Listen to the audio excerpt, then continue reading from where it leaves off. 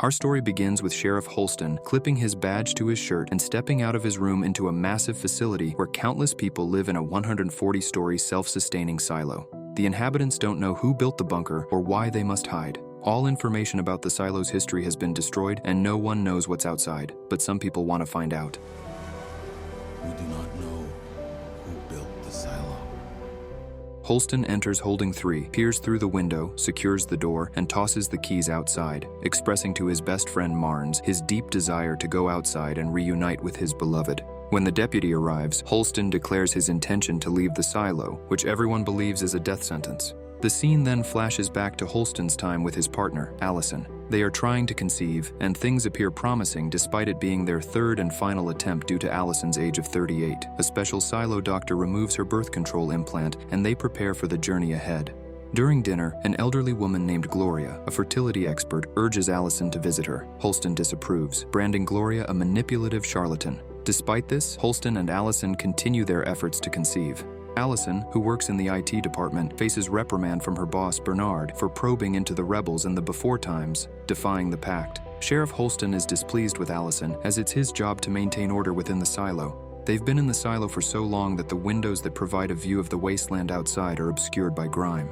Allison encounters Gloria, who hints at what's happening outside, and suggests a possible conspiracy against Allison becoming pregnant. Despite this, Allison and Holston continue their efforts to conceive, even resorting to getting intimate in Holston's office. During this time, Allison meets George Wilkins, a repairman who knows about Allison's interest in the forbidden silo artifacts and operates in the shadows to avoid the Judicial Security Force scrutiny. George asks for Allison's help in trying to decrypt an illegal ancient hard drive, all of which was allegedly destroyed. I think this drive is over 140 years old. That's impossible. As they work together, the silo's residents celebrate Freedom Day, an annual holiday in the silo that commemorates the defeat of the rebels who attempted to overthrow and destroy the silo. The mayor gives a speech reminding everyone of the horrors of the rebels and how they destroyed all books and drives of the before time. Allison and George discover blueprints for the silo on the old drive. Anxious, Allison urges George to destroy it.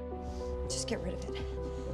Disillusioned, Allison seeks truth from Gloria and George. They uncover a crucial video showing a cleaner named Jane outside the silo with birds flying in the background, a stark contrast to the bleak wasteland they are currently able to see. Their year of attempting to conceive passes without success, and Allison doesn't show up for their clinic appointment. Instead, she confronts Holston at home, revealing the doctor tricked them and he never removed her birth control implant, so she cut it out herself.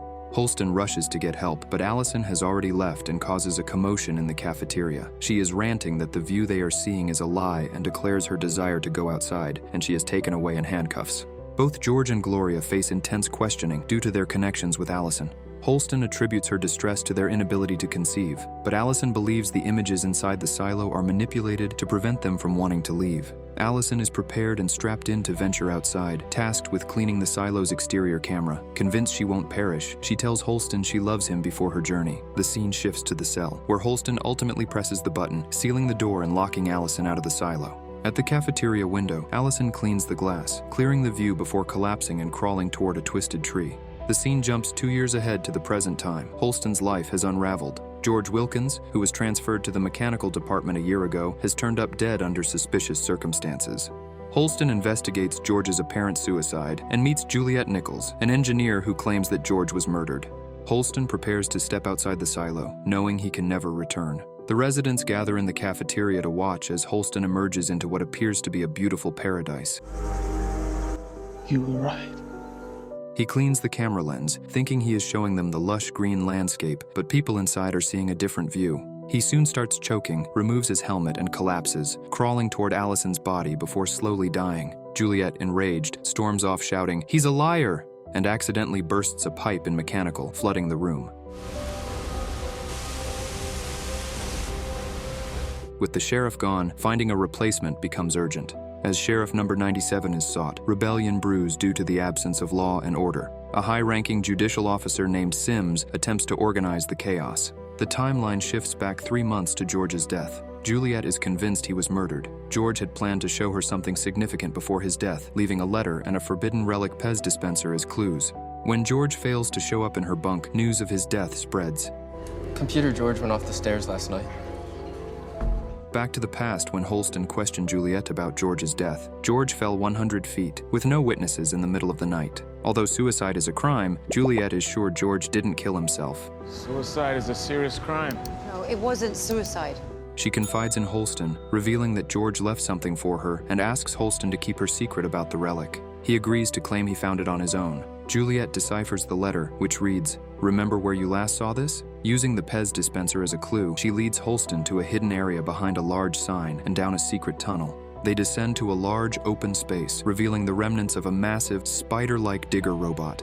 Despite its condition, the sight opens Holston's eyes to a hidden world within the silo. They reach a makeshift camp, the place George hinted at in his letter, containing relics from the before times, including a camcorder that Juliet struggles to turn on. George had spent his spare time selling and trading these relics. Juliet finds a bag containing more relics, including instructions for recovering deleted files written in Allison's handwriting and a computer drive. Holston cautions her about the danger of asking too many questions.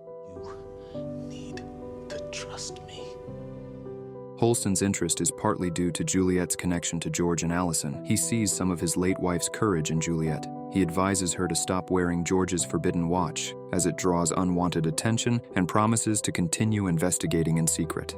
In the present, Deputy Marnes has Holston's final letter, recommending Juliet Nichols as his successor and entrusting her with his personal belongings. This could be the sign Juliet was waiting for, indicating her new role as sheriff. Juliet's earlier outburst, calling Holston a liar, stemmed from her frustration over his lack of a sign regarding George's fate. Now she believes she must uncover the truth. Juliet drops a rope down the suspended steel beam, planning to rappel down, convinced it holds a clue to the mysteries within the silo. She lowers herself by rope into the dark, murky water below. Her search proves fruitless. There's nothing down there. Frustrated and emotional, she climbs back up and turns to drink, trying to drown the bitter memories of George's death. The next morning, Juliet struggles to wake up, her alarm blaring. Her door is wide open, and her close friend Shirley from engineering arrives, asking questions. Before she can respond, a distinct rumbling jolts her from her half-drunk state. She rushes to mechanical, where she immediately takes charge of a situation involving a young engineer named Cooper, who has damaged the generator, even punching him to get his attention. Juliet is called into a meeting with the head of mechanical, who questions her actions. After her outburst and hitting Cooper, he orders her to take the day off and sober up, warning her she's lucky not to be assigned to a menial job. Go home. Wash off whatever it is I'm smelling and take your punishment. Meanwhile, Deputy Marnes and Mayor Ruth head to Judicial. They hesitate at the door due to Ruth's strained relationship with Judge Meadows. Ruth runs into Bernard, who warns that without a sheriff, the chances of riots and citizens arming themselves grow by the second. Mayor Ruth intensifies her investigation into Juliet's candidacy, turning to her father, a doctor in the lower levels. He mentions Juliet's long-standing interest in machines, but provides little more information. Unsure why Holston recommended Juliet, Mayor Ruth seeks clarity. While she and Marnes are eating together, Sims interrupts with a fresh strawberry dessert. Sims, previously seen operating in the slums, appears to be working under Judge Meadows. Sims pitches Paul Billings as the ideal candidate for sheriff, but Ruth remains resolute, promising to make her decision when she's ready. I'll make my decision when I've completed my trip. Meanwhile, a sobered-up Juliet focuses on repairing the generator to keep the silo running. Ruth visits Martha, a veteran in the workshop with 20 years of experience, seeking more insight into Juliet. Martha vouches for Juliet, which convinces Ruth of her suitability for the role. Ruth offers Juliet the position of sheriff, but Juliet initially declines, citing the critical state of the generator. Despite her rejection, Ruth hands over Holston's old sheriff badge. Hank asks to see the badge while they are sitting together, and he tells her he's found something curious. Something's carved in the back of the badge. Juliet eventually agrees to take on the role, with the condition that she must fix the generator first. She warns that the repair requires turning off the generator completely, resulting in an 8-hour blackout. Although concerned about potential panic, Ruth consents to the plan. In mechanical, engineers discuss the high stakes of the operation, as prolonged downtime could cause catastrophic failure or fatalities, a detail Juliet omits from Ruth. Meanwhile, Ruth and the deputy focus on maintaining order and securing the gun cabinet. The generator is shut down, and Juliet works with Cooper to fix the problem. Despite Cooper's clumsiness, Juliet encourages him to stay focused. They work tirelessly to reassemble the generator under a tight deadline. Juliet uses cold water to cool the overheating components, stabilizing the machine through a tense process. A pipe bursts, and the generator room starts to flood. Juliet is underwater, and everyone is panicking because she's going to drown. Finally, they manage to get her out and restart the generator. Juliet prepares to assume the role of sheriff, bidding an emotional farewell to Martha. Bernard, displeased with Juliet's selection due to her past theft, issues a veiled threat to Ruth. The inscription on Holston's badge reads, "Truth," a significant word for Juliet. What about finding out the truth? In the bathroom, Mayor Ruth suddenly collapsed and started convulsing, bleeding from the mouth. Juliet learns that Ruth has died, and Deputy Marne suspects rat poison, likely intended for him. In the sheriff's office, Juliet encounters resistance from her assistant, Sandy, who is prejudiced against those from the lower levels. Juliet asserts her authority, demands George Wilkins' file, and begins her investigation, leading her to Holding 3, the holding cell for criminals who want to go outside. Flashbacks reveal more of Juliet's past with her family. Her brother, Jacob, survives an initial health scare, but eventually passes away, as does their mother. Juliet, now alone, heads to recycling to dispose of her apartment's items, but a kind man encourages her to keep Jacob's favorite toy. Juliet's fascination with fixing things is evident, but she struggles with her mother's household tasks. Her father, returning home, confronts her, and they argue. In the present, Bernard unceremoniously swears Juliet in as sheriff. Back at the office, Sandy informs her there's no file on George Wilkins. However, Holston left a file for his successor, containing a handwritten note and a cryptic clue. Before Juliet can investigate, Deputy Marnes causes a commotion in the market, assaulting a man named Frankie. Because he believes is responsible for killing Mayor Ruth. Marnes attacks Frankie, who accidentally poisoned 2 levels of the silo with bad moonshine in the past. Marnes is frustrated that no one is taking Ruth's murder seriously. Juliet opens up to Marnes about her investigation into George's murder and the significance of the sheriff badge inscribed with truth. They strike a deal. If Marnes helps her uncover who murdered George, she will help him find Ruth's killer. Juliet's experience in recycling gives her better rapport with lower-level residents than Marnes or Holston had. Meanwhile, Marne sets up a punching bag in his apartment to vent his anger. In Martha's lab, Martha repairs the camcorder Juliet had been tinkering with, though the outcome remains unseen. Back in her office, Juliet investigates the rattling in the vents, a problem Bernard mentioned. She finds a chain linked to a bag full of papers, the George Wilkins file. Deputy Marnes, drunk and contemplating dropping his bottle off the edge of the silo, returns to his apartment and is suddenly attacked by an assailant who holds him at gunpoint. Juliet examines George's file, finding transcripts of his conversations with the police and various documents, but nothing immediately suspicious. Her investigation is interrupted by news of Deputy Marne's death. Sims announces that Paul Billings will be the new deputy sheriff, a choice that instills distrust in Juliet since Billings was originally favored by Bernard and Sims for her position. While examining Marne's body, Juliet finds a slip of paper with Doris circled. Believing it to be a clue, she heads to Judicial, Sims, Paul, and Bernard. Juliet suggests a double funeral for Marnes and Ruth. Bernard agreed, spinning a narrative that they were forbidden lovers, and proposed a race-to-the-top event to honor Ruth's tenure as mayor. At the funeral, attendees throw apples into a makeshift grave for the bodies. Afterward, Juliet returns to her office and finds Hank, sent by Martha and Shirley to check on her. Juliet assures him she's fine. Sandy approaches with a proposition. Help her find Marne's killer in exchange. She will help Juliet bypass official channels in her investigation. She warns things could get chaotic quickly, and that Billings might frame someone innocent to maintain order. Juliet and Billings set out to uncover answers. After briefly talking with Charles Martin, Juliet ditches Billings and visits Patrick Kennedy, whose wife Doris had a contentious history with Marnes. Juliet breaks into Kennedy's place using her sheriff badge and finds incriminating evidence. Billings returns to Judicial instead of going home for lunch and discovers Doug working closely with Sims. Their conversation is cryptic, but Billings later admits to Juliet where he's been. Judicial has reports from anonymous sources and suggests arresting Ralph Melby. Juliet tells Sandy this ruse by the Judicial aims to discredit Juliet by having her arrest Ralph, who is the wrong suspect. The evidence that Judicial planted in Kennedy's apartment will prove his guilt, reinstating the status quo by having Juliet stripped of her title and sent back to mechanical. However, Juliet decides to detain Kennedy instead. She encounters Doug outside the building and deduces he's responsible for planting evidence, initiating a chase through the silo. The chase is complicated by the ongoing race to the top. Juliet and Doug end up in a perilous situation, with Juliet hanging on for dear life. She manages to stop Doug, breaking his finger in the process. She returns to her office safely. Doug returns to Sims, who informs him that he will now be his shadow. Recognizing Doug's mistakes with George Wilkins and Marnes, Sims explains his humble upbringing and dedication to the silo. He then asks Doug if he's willing to do anything to serve and protect the people of the silo before pushing Doug off the staircase.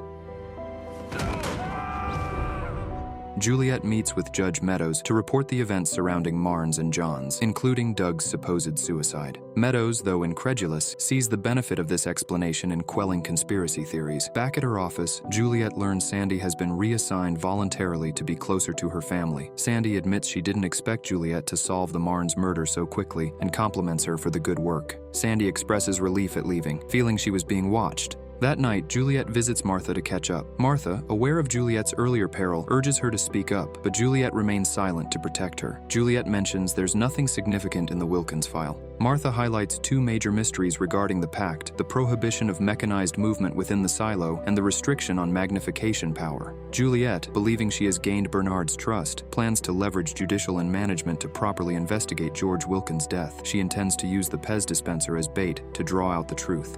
Juliet breaks into Doug's apartment, determined to uncover why he killed Marnes. She is joined by her new deputy chief, Billings, who finds the Pez dispenser, a plant by Juliet herself. Flashbacks reveal Juliet and George's intimate relationship, highlighting what drives Juliet's relentless quest for the truth about his death and the hidden secrets of the silo. In these memories, we see George give Juliet the forbidden watch she's been wearing. Juliet scours the archives for evidence linked to the Pez dispenser. Billings, jittery, warns her that keeping a relic beyond its 12-hour period without handing it over to Judicial is a serious crime. Juliet heads to Judicial and meets the judge. She brings up the relic to broach the subject of opening a new investigation into undocumented relics. Sims agrees, but insists Paul must accompany her throughout the investigation. Outside the office, Billings warns Juliet that Judicial will be closely monitoring her, urging caution. Sims, meanwhile, examines the relic and delves into the archives, which include a large, locked safe filled with red bags and numerous folders. Juliet and Billings visit Regina Jackson, who used to date George. She recognizes George Wilkins' watch. Learning of George's death, Regina is indifferent and more interested in the watch. When Juliet mentions working with George in mechanical, Regina reveals that her relationship with George wasn't sanctioned. She mentions George's knack for words and his exploration of the big questions in mechanical. Before they leave, Regina casts doubt on George's love for Juliet, causing her to question everything she knew about him.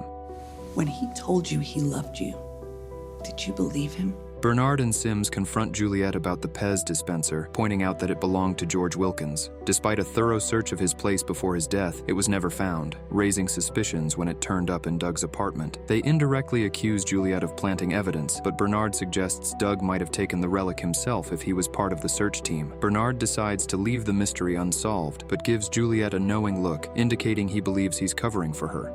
Some mysteries are best left unsolved. Billings is upset with Juliet for implicating him about the relic. They argued, and finally Billings left, wishing her good night. That night, Juliet reflects on George's illegal questions, realizing they stem from the mystery. What if everything in the silo is a lie and an illusion? Feeling overwhelmed and betrayed by George, she radios Martha, expressing her frustration and doubt. Martha encourages her, saying Juliet needs to decide what kind of person she wants to be. Juliet visits Regina again that night. Regina reveals more is happening than Juliet realizes. Judicial interrogates during the day, but a shadowy figure visits at night, scaring her into giving up names of relic dealers, including George Wilkins, to protect her family. When Juliet inquires about the hard drive Regina mentioned, Regina admits she exchanged it for a relic that predates the rebellion. She warns that revealing the contents of an envelope she gives Juliet could be deadly. This will get you killed. Juliet hurries back to her apartment and opens the package, finding a book titled The Amazing Adventures in Georgia. The book is from the before time, and she sees illustrations of what seems to be a beautiful world outside of the silo. As the camera zooms out, it reveals someone in a control room watching these events unfold on multiple monitors. The man ominously turns to his partner and instructs him to wake him up to see this. Gloria is by the beach, fingering a shell and reminiscing about old memories with her family. Her reverie is interrupted as she finds herself back in her bedroom, where a nurse injects her with a sedative. I have to find them, Gloria murmurs before the drugs take hold. Juliet, unaware she's being watched, notices the various names in the book, including George and Gloria. She decides to take the book with her as she leaves. In the security center, the boss is revealed to be Sims, showing that this surveillance is happening within the silo. Juliet returns to her office and runs a search on Gloria, discovering she's in long-term care. Paul Billings arrives and informs her she has messages. The first is an apology from maintenance for taking her vase to be fixed. The mayor, Bernard, also wants a meeting, but Juliet decides to reschedule, much to Billings' frustration, given Silo's tense state. Juliet heads to long-term care to find Gloria. Gloria is sedated, but Juliet wants to take her for a walk. However, Judge Meadows has ordered that Gloria stay put. I think you should leave. Determined, Juliet barges into the judge's office, only to find it empty. She learns that the judge is sick and in her room. Meanwhile, chaos erupts on one of the floors as a fight breaks out, and without the sheriff present, Billings struggles to control the situation. A bar on floor 26 was trashed the previous night, possibly by a group from the mids. Billings, livid, reports the unrest to Juliet, emphasizing the need for stability and the sheriff's presence. He reveals that he lied for her and could lose his job.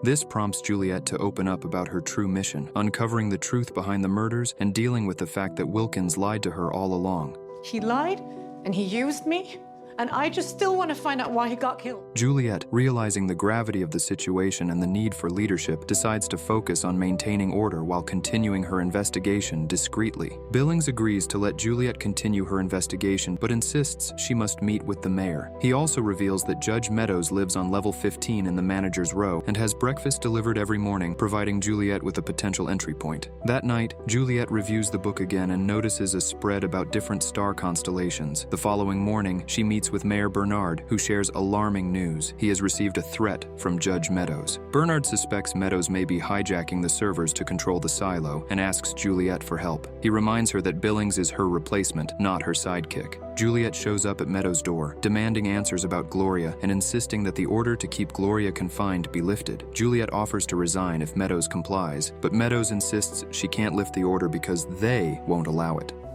They'll never let you.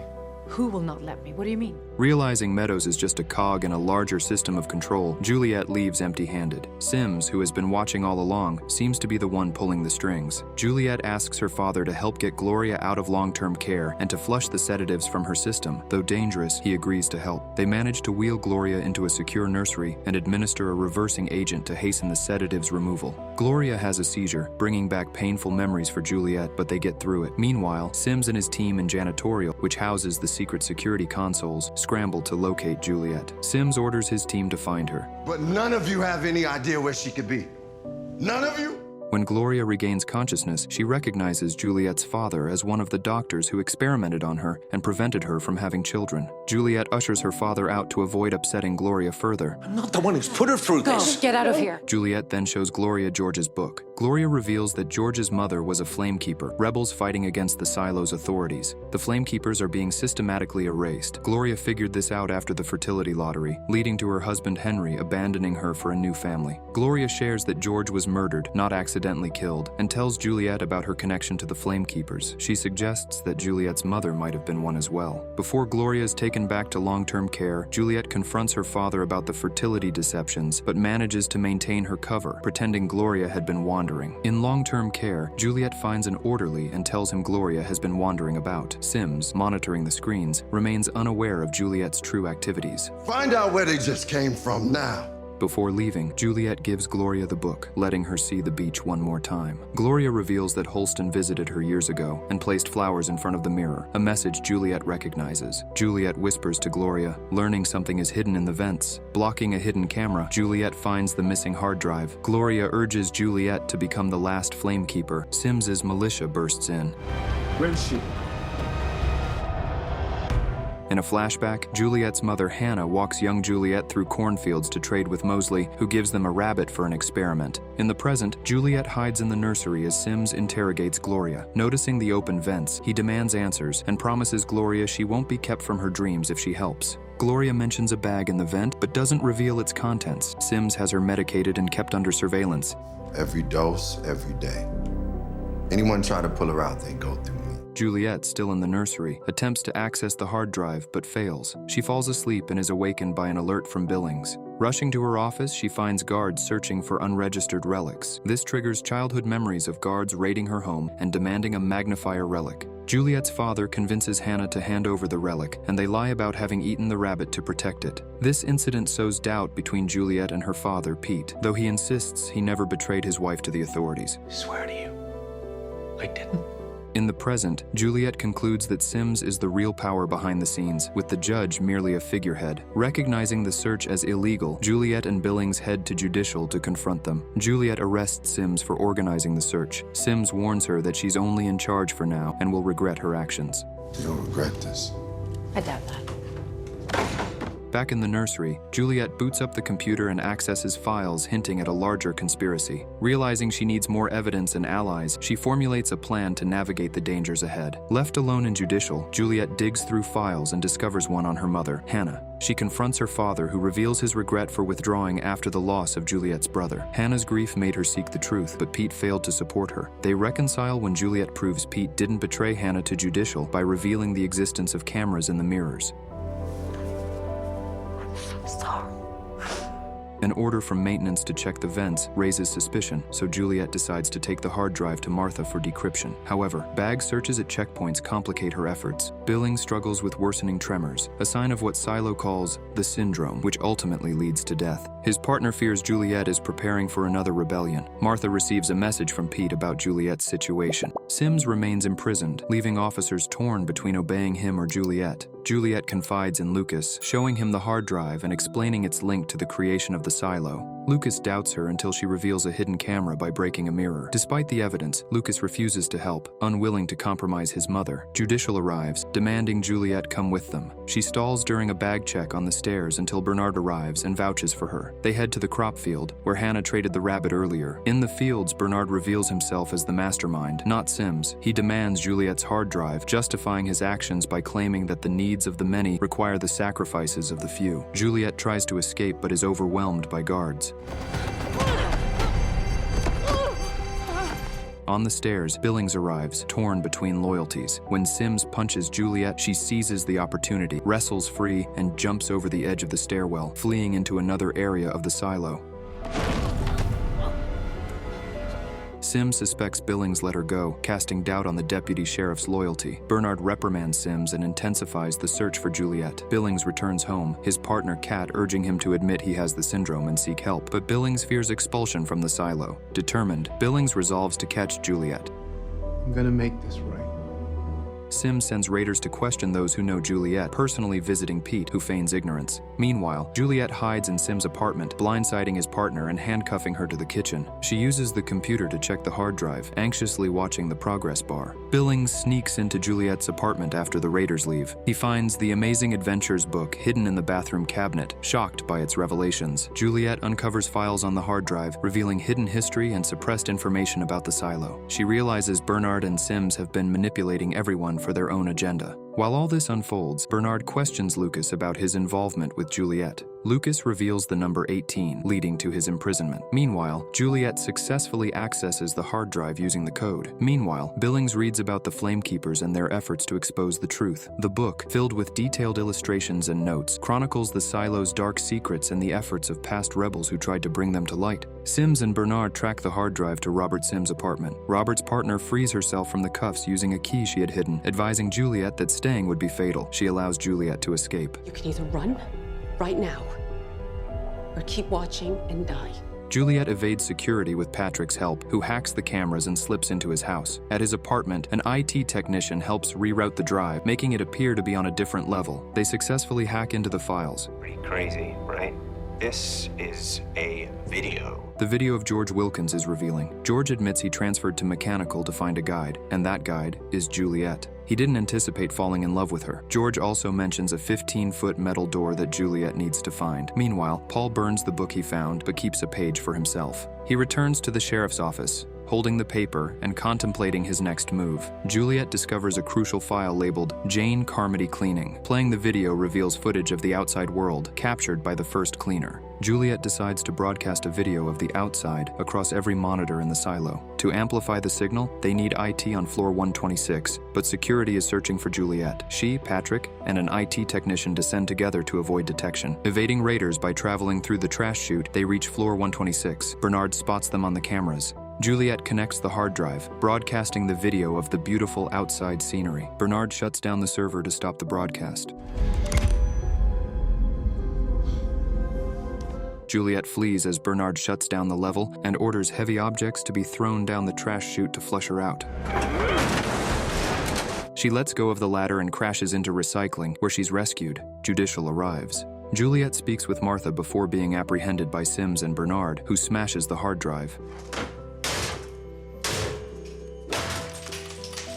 Bernard offers Juliet a deal. If she waives her right to a judicial hearing and agrees to go outside to clean, he will spare her friends. She agrees, and Bernard promises to show her what happened to George. As Juliet is led through the silo, Martha steps outside her workshop for the first time in 25 years. Realizing Juliet is counting on her, she climbs the stairs to visit Carla on the supply level. They discuss a past incident involving heat tape. Juliet is brought into security to see all the monitors. Bernard breaches protocol, shocking the workers. Before she is sent out to clean, Bernard shows her surveillance footage of George Wilkins. George, to protect Silo secrets, decides to jump rather than be tortured by Judicial. Juliet is measured for her suit to go outside. Meanwhile, Lucas is sentenced to exile in the mines for 10 years. Martha sends Juliet some food with a hidden note. You wanted the truth. The truth is, I love you. Have no fear, they're good in supply. Billings confides in Kat about his condition and the situation. He reveals that Sims knows about his syndrome, but that he's been granted an exemption by the mayor and Judicial. Uneasy, Billings accepts the sheriff job. Bernard and Billings confront Juliet, with Bernard admitting she became a threat to Silo's survival by seeking the truth. Juliet rejects Bernard's excuses as he describes the issues as adjustments. He cryptically mentions the founders left many mysteries but discloses nothing concrete. Bernard reveals a large crowd, the biggest ever, is waiting to watch Juliet clean. He hands over Holston's badge with truth engraved on it. In the mess hall, everyone, including Martha, watches as Juliet prepares to go outside. Bernard reads the final words to her, and Juliet steps outside. She sees the display, showing a beautiful landscape, but realizes it's the same pre-recorded video from before.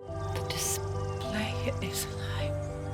With birds flying overhead, Juliet, now outside, prepares to clean the camera, but in defiance of protocol, she stops. She understands that Holston realized the visor was manipulated, which is why he sought the truth. Removing his helmet to see the real landscape, he breathed the poisoned air and collapsed. However, it becomes apparent the suits are designed to fail no matter what through the heat tape seals. But Martha swapped Juliet's heat tape last minute, and so she continues forward, determined to uncover the real truth about the world outside the silo. Juliet's experience outside is starkly different from the pre-recorded video. Bernard, suspecting something is wrong, grabs a key labeled 18 and activates a terminal we can't see. As Juliet moves beyond the holographic area, she sees the world for what it truly is, a desolate, horrific wasteland. With no home to return to, Juliet walks up and over the hill, disappearing from view. And with that, Series 1 of Silo ends. We hope you enjoyed this recap. Please like and subscribe and check out more of our recaps. Thank you and take care.